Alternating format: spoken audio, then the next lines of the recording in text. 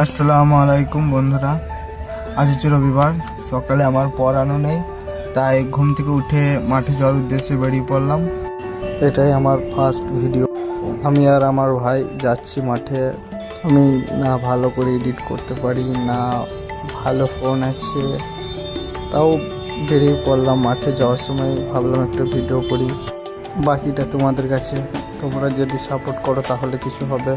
ধানের শিশিরগুলো দেখে খুব ভালো লাগছিল, তাই ওদেরকে নিয়ে একটু নাড়াচাড়া করলাম, ঝেড়ে দিলাম শিশিরগুলো। এগুলো হচ্ছে শশার চারা।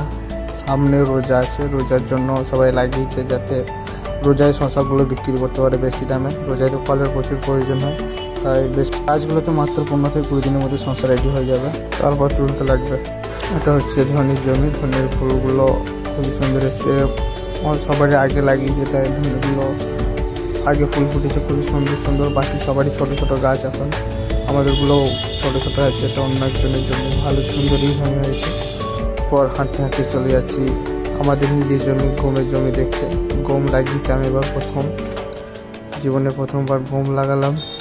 দেখা যাক কেমন হয়, কিন্তু গাছগুলো মাশাআল্লাহ খুব সুন্দর হয়েছে। ফলটা কেমন হয় সেটাই দেখার বিষয়। আব্বা বাইরে থাকার জন্য চাষবাস আমাকেই করতে হয়, জমিগুলো চাষ আমি করি, নাহলে পড়ে থাকবে।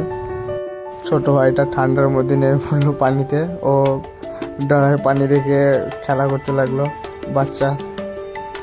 আর আসার সময় দেখলাম একটা পুকুর, ছোট থেকে মাছ ধরি, ওখানে পানিটা কতটা কমেছে তাই দেখতে আসলাম। পানা পুকুর দেখলাম, পানি এখনও আছে, আর প্রচুর পানা, একা মাছ ধরা যাবে না, সবাইকে নিয়ে দুপুরের দিকে যাব। দেখতে এলাম, আমার ছোটো থেকে মাছ ধরা খুবই শখ, আর ছোটো থেকে পুকুরটাতে মাছ ধরি। এখন দেখতে আসলাম পানিটা কতটা মরেছে।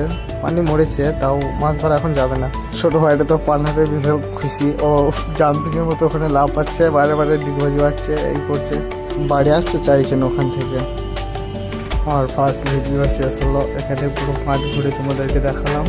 এবার তোমরা লাইক কমেন্ট যেটা করার করো, আর কেউ হাসবে না বলে দিলাম। এটা আমার প্রথম ভিডিও, আমি পারিনি, এর আগে ভিডিও করিনি, প্রথম এটাই।